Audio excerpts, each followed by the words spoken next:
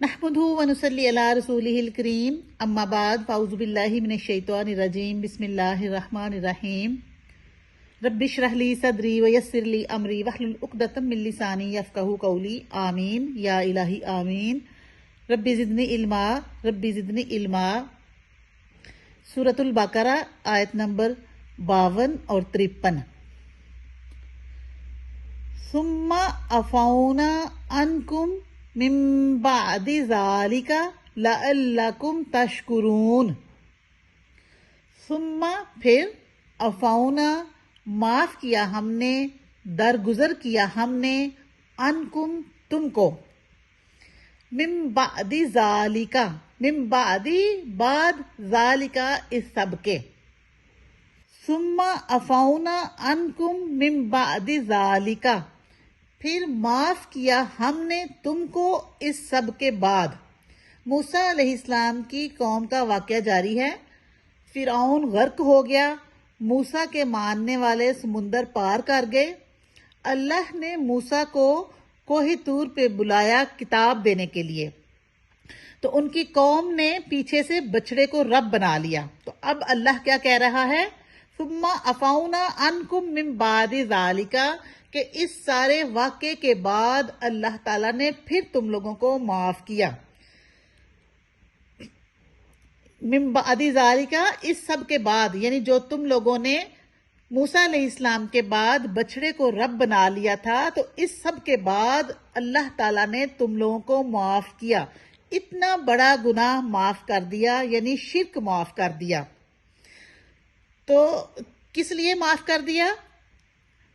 لعلکم تشکرون، تاکہ تم شکر ادا کرو، لعلکم تاکہ تم تشکرون شکر ادا کرو، شکر گزار بندے بن جاؤ۔ تو انسان کو توبہ کی توفیق پر بھی شکر ادا کرنا چاہیے۔ تو اللہ تعالیٰ نے شرک جیسا گناہ بھی معاف کر دیا تاکہ وہ لوگ آئندہ زندگی میں شکر گزار بن سکیں۔ انسان کے جیتے جی ہر گناہ کی معافی ہے، بشرطے کہ وہ شرمندہ ہو، یعنی شرک تک کی گناہ کی معافی ہے جب انسان اس کے لیے معافی مانگے۔ مرنے کے بعد شرک کسی طور معاف نہیں ہوگا، باقی گناہ اللہ جس کے چاہے گا معاف کر دے گا، لیکن شرک کو معاف نہیں کرے گا۔ تو یہاں اللہ تعالیٰ کہہ رہا ہے کہ پھر اس سب کے بعد، یعنی تم لوگوں کے بچھڑے کو رب ماننے کے بعد بھی میں نے تم لوگوں کو معاف کیا، لعلکم تشکرون، تاکہ تم لوگ شکر گزار بندے بنو۔ وَإِذْ آتَيْنَا مُوسَى الْكِتَابَ وَالْفُرْقَانَ لَعَلَّكُمْ تَهْتَدُونَ۔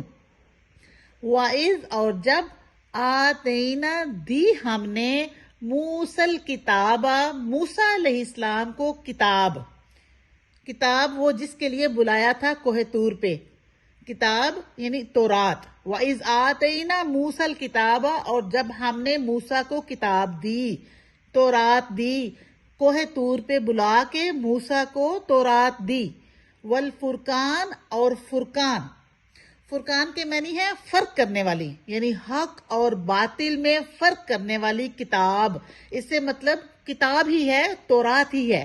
تورات کا دوسرا نام اللہ تعالیٰ نے فرقان رکھا، یا پھر وہ جو معجزے دیے تھے موسیٰ علیہ السلام کو، ان کے لیے فرقان بولا گیا کہ وہ بھی حق اور باطل میں فرق کرنے والے تھے۔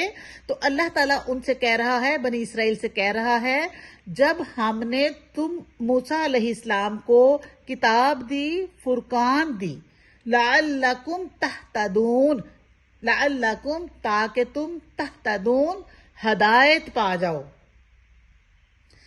تو اللہ تعالیٰ ادھر اپنا کیا احسان بنی اسرائیل کو یاد کرا رہا ہے۔ وَإِذْ آتَيْنَا مُوسَى الْكِتَابَ وَالْفُرْقَانَ لَعَلَّكُمْ تَهْتَدُونَ اور جب ہم نے موسیٰ علیہ السلام کو کتاب اور فرقان دی تاکہ تم ہدایت پا جاؤ۔ تو سمندر پار کرنے کے بعد کوہ طور پہ اللہ تعالیٰ نے موسیٰ علیہ السلام کو 40 راتوں کے لیے بلایا اور ان کو کتاب دی، تورات دی۔ تو اصل مقصد کیا تھا کتاب دینے کا؟ کتاب کیوں دی؟ لعلکم تہتدون، تاکہ تم ہدایت والے بن جاؤ، ہدایت پا جاؤ۔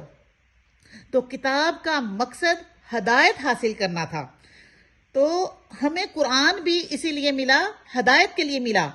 ذالک الکتاب لا ریب فیہ ھدی للمتقین۔ تو کتاب کا اصل مقصد ہدایت حاصل کرنا ہے۔ قرآن جس میں کوئی شک شبہ نہیں ہے، وہ ہدایت ہے پرہیزگاروں کے لیے۔ صرف پڑھنا مقصد نہیں ہے، پڑھنے کا ثواب اپنی جگہ، لیکن اصل مقصد سیکھنا ہے کہ اللہ نے کیا کرنے کا حکم دیا ہے اور کیا کرنے سے منع کیا ہے۔ تو اللہ تعالیٰ کہہ رہا ہے کہ میں نے موسیٰ کو کتاب دی تاکہ تم اس کو سیکھو اور اس سے ہدایت پاؤ، لعلکم تہتدون، تاکہ تم ہدایت پاؤ، ہدایت والے بن جاؤ۔ اللہ تعالیٰ ہمیں قرآن کی تعلیمات پہ عمل کرنے کی توفیق دے اور ہمیں متقیوں میں شامل کرے، آمین۔ السلام علیکم ورحمۃ اللہ وبرکاتہ۔